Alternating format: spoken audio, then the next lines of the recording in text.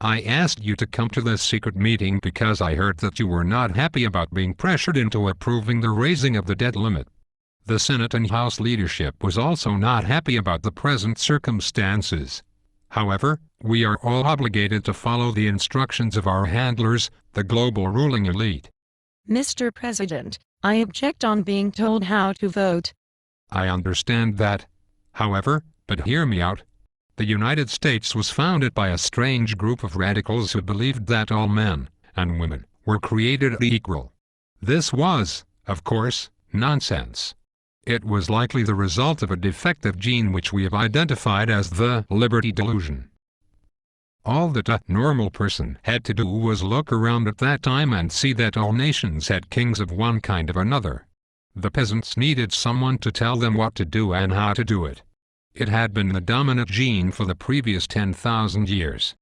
Kings had their problems controlling peasants because there were so many peasants and were so few of the ruling class.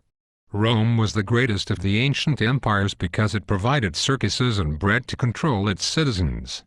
The United States had the same problem controlling the peasants until President Wilson, FDR, and others came up with the concept of federal dependency. Capitalizing on the peasant gene, the ruling class gave the masses what they wanted most, government help whenever they perceived that they needed it. Mr. President, why didn't it work?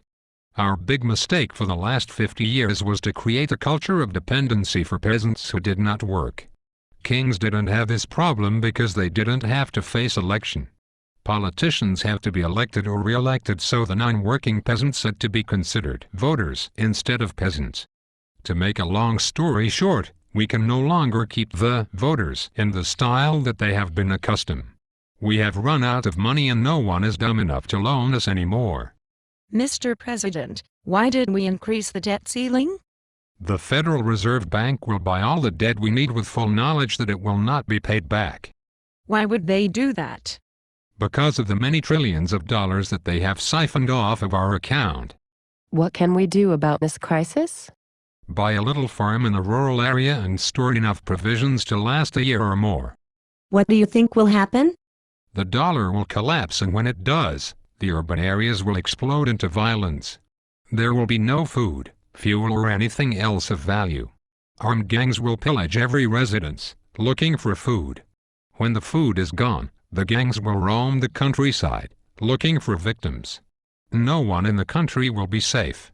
So make sure that you are well armed. When will it blow over? Worldwide, there are about 8 billion people subsisting on government handouts supported by the US dollar. My guess is that 6 billion will starve in the first couple of years. What about our nation's security? The first tin-pot dictator that can bring a nuclear bomb to our shores will be your next president. Have a nice day.